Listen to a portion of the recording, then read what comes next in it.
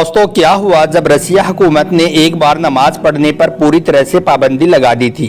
घर में कुरान पाक रखने और कुरान को पढ़ने पर पूरी तरह से रोक लगा दी थी और अगर कोई ऐसा करता हुआ दिख जाता तो रसिया हुकूमत ने उसको फौरन गोली मारने का आदेश दे दिया था। उसके बाद में रूस में जो कुछ हुआ उसके बारे में जानकर यकीनन आप लोग भी हैरान और परेशान हो जाओगे। इसलिए आज का यह वीडियो आप सभी के लिए बहुत खास है। आप इसको आखिर तक जरूर देखें और अगर आपको अल्लाह की जात पर मुकम्मल भरोसा है तो आप कमेंट बॉक्स में अल्लाहू अकबर लिखकर शेयर भी कर दें ताकि और भी लोगों के पास में यह वीडियो पहुंच जाए। तो चलिए दोस्तों शुरू करते हैं। जिस तरह से आज रसिया की हुकूमत यूक्रेन के लोगों पर जुल्म सितम कर रहा है, उसी तरह से कभी रसिया ने मुसलमानों पर भी बहुत ज्यादा जुल्म सितम किए थी और रूस से मुसलमानों को मिटाने की हर तरह की कोशिश की थी। दोस्तों, 1971 के आसपास में ऐसा लग रहा था कि पूरी दुनिया पर सिर्फ रसिया की हुकूमत होगी, पूरी दुनिया रसिया की अधीन हो जाएगी। उस दौरान रसिया में मुसलमानों पर खूब जुल्म सितम किए जा रही थी। कुरान और मस्जिद को लगातार तहस नहस किया जा रहा था। अल्लाह का नाम लेना भी जुर्म ठहरा दिया गया था। मदरसों को बंद कर दिया गया था। पहले से बनी हुई मस्जिदों को या तो तबाह कर दिया गया था या फिर उनको डांस बार में तब्दील कर दिया गया था। हम आपको बता दें कि 1917 से पहले रूस में 15,000 मस्जिदें थी, मगर उस वक्त रसिया की हुकूमत इस्लाम और इस्लाम के मानने वाले लोगों को लगातार खत्म करने में लगी हुई थी। इसीलिए फिर 1971 आते आते सिर्फ 94 मस्जिदें बाकी रह गई थी, यानी कि बाकी की मस्जिदों को या तो शहीद कर दिया गया या डांस बार में तब्दील कर दिया गया था या उनको बदल दिया गया था। उस वक्त रूस में अजान की आवाज़ देना मानो अपनी मौत को आवाज़ देना जैसा था। उस वक्त रूस में आलिमों का बड़े पैमाने पर कत्लो आम किया गया, औरतों की इज्जत लूटी गई, लोगों को जबरदस्ती ईसाई बनाया जाने लगा था। हर मुस्लिम को मुस्लिम होते हुए भी अपनी पहचान छुपानी पड़ती थी। और यही नहीं, अगर उस वक्त में किसी के घर में कुरान पाक की आयत का एक टुकड़ा भी मिल जाता तो उस घर के तमाम खानदान के लोगों का कत्ल कर दिया जाता था। इसी डर की वजह से मुसलमान अपने घरों में कुरान को रखने की बजाय कुरान को हिफ्ज करने या छुप छुप कर कुरान सीखने पर मजबूर हो गई थी। आज हम आपको एक ऐसा ही वाकया बताने वाले हैं जिसको सुनकर इंशाअल्लाह आपका ईमान ताज़ा हो जाएगा और आप सभी का दिल खुश हो जाएगा। इसलिए आप इस वीडियो को बिल्कुल भी स्किप मत करना। दोस्तों, आज जो वाकया हम आपको बताने जा रहे हैं यह वाकया 1973 का बताया जा रहा है। उस वक्त रसिया में कम्युनिज्म का राज था। उस वक्त रसिया हुकूमत ने घर में कुरान पाक को रखने पर पूरी तरह से पाबंदी लगा दी थी। मुसलमानों के नमाज पढ़ने पर रोक लगा दी थी क्योंकि वो इस्लाम से सख्त नफरत करते थे। उनका मानना था कि इस कायनात को बनाने वाला कोई खुदा नहीं है, यह दुनिया अपने आप ही बनी है। दोस्तों, उन दिनों में एक मुस्लिम ऑफिसर था जो मास्को शहर में ट्रेनिंग के लिए चला गया। उसने वहां पर जाकर जो कुछ देखा हम आपको उसी की ज़बानी बताते हैं। वो मुस्लिम ऑफिसर कहता है कि जब मैं रूस के मास्को शहर में पहुंचा तो वो दिन जुम्मे का था, इसलिए मैंने वहां पर अपने दोस्तों से कहा कि चलो जुम्मे की नमाज पढ़ने के लिए चलते हैं। तो यह सुनकर वो कहने लगे कि यहाँ की हुकूमत ने सारी मस्जिदों को बंद करवा दिया है। इस शहर में सिर्फ एक ही मस्जिद ऐसी है जो कभी कभार खुलती है। तो यह सुनकर मैं हैरान रह गया और सोचने लगा कि किसी देश की हुकूमत ऐसा कैसे कर सकती है। खैर, उसके बाद में मैंने उस मस्जिद के बारे में पूछा जो कभी कभी खुलती थी, तो उन्होंने मुझे उस मस्जिद का पता बता दिया। पता मालूम करने के बाद में मैं उस मस्जिद की तरफ चल पड़ा। बड़ी मुश्किल से मैं उस मस्जिद के पास पहुंच पाया। मस्जिद के पास जाकर मैंने देखा कि उस मस्जिद के दरवाजे पर तो ताला लगा हुआ था। वहां पर मौजूद लोगों से पूछने पर मालूम चला कि इस मस्जिद के बराबर में रहने वाले शख्स के पास में इसकी चाबी है।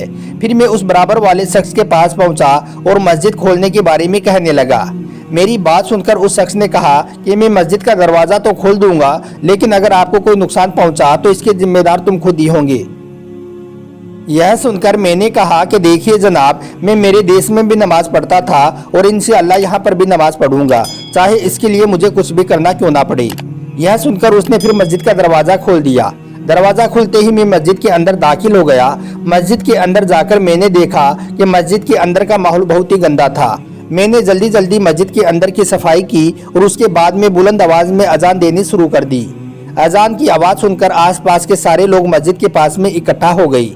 बच्चे, जवान, बूढ़े सब मस्जिद के दरवाजे पर आकर जमा हो गई, लेकिन डर के मारे कोई भी मस्जिद के अंदर दाखिल नहीं हुआ। बाहर खड़े वो लोग सोचने लगे कि यह कौन शख्स है जो अपनी मौत को पुकार रहा है। अब मैं मस्जिद के अंदर अकेला था, इसलिए फिर मैं जुम्मे की नमाज तो नहीं पढ़ पाया, मगर मैं जोहर की नमाज पढ़कर वापस मस्जिद से बाहर निकल गया। दोस्तों वो ऑफिसर कहता है कि फिर जब मैं नमाज पढ़कर वहां से वापस आने लगा तो मुझे ऐसा लग रहा था कि जैसे मैंने यहाँ पर कोई नमाज नहीं पढ़ी है बल्कि कोई बहुत बड़ा जुर्म कर दिया है। वो लोग इस तरह से मुझको देखने लगे। खैर उसके बाद में मैंने मस्जिद का दरवाजा वापस बंद किया और उस बराबर वाले शख्स को मस्जिद की चाबियां सौंपने के बाद में वापस चलने लगा तो इतने में एक बच्चा मेरे पास आया और मुझसे अपने घर चलने की जिद करने लगा। बच्चे की मोहब्बत को देखकर मैं उसको मना नहीं कर पाया, इसलिए मैं उसके साथ में उसके घर की तरफ चल दिया। जैसे ही मैं बच्चे के घर पहुंचा तो उसके वालिदैन ने मेरा खूब अच्छी तरह से इस्तकबाल किया और मुझको खाना वगैरह भी खिलाया।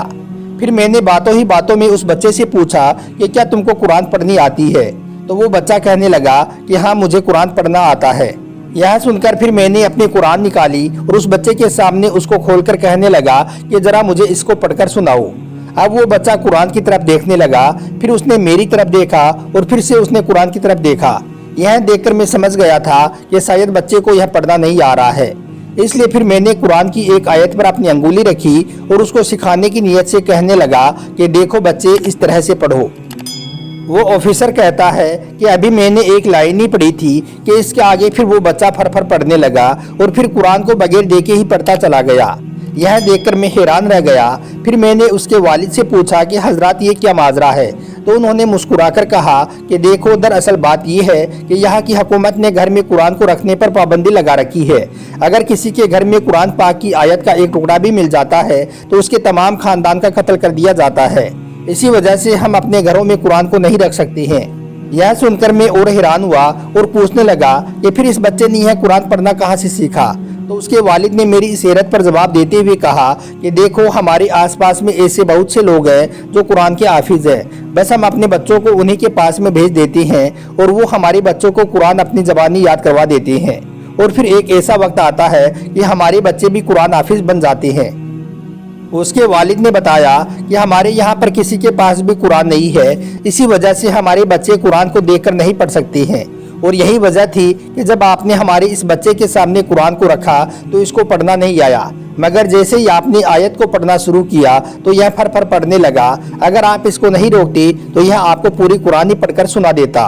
और सिर्फ हमारा यह बच्चा ही नहीं, बाहर जो आपको बच्चे दिखाई दे रहे हैं उनमें से भी ज़्यादातर बच्चे आपको कुरान हाफिज ही मिलेंगे।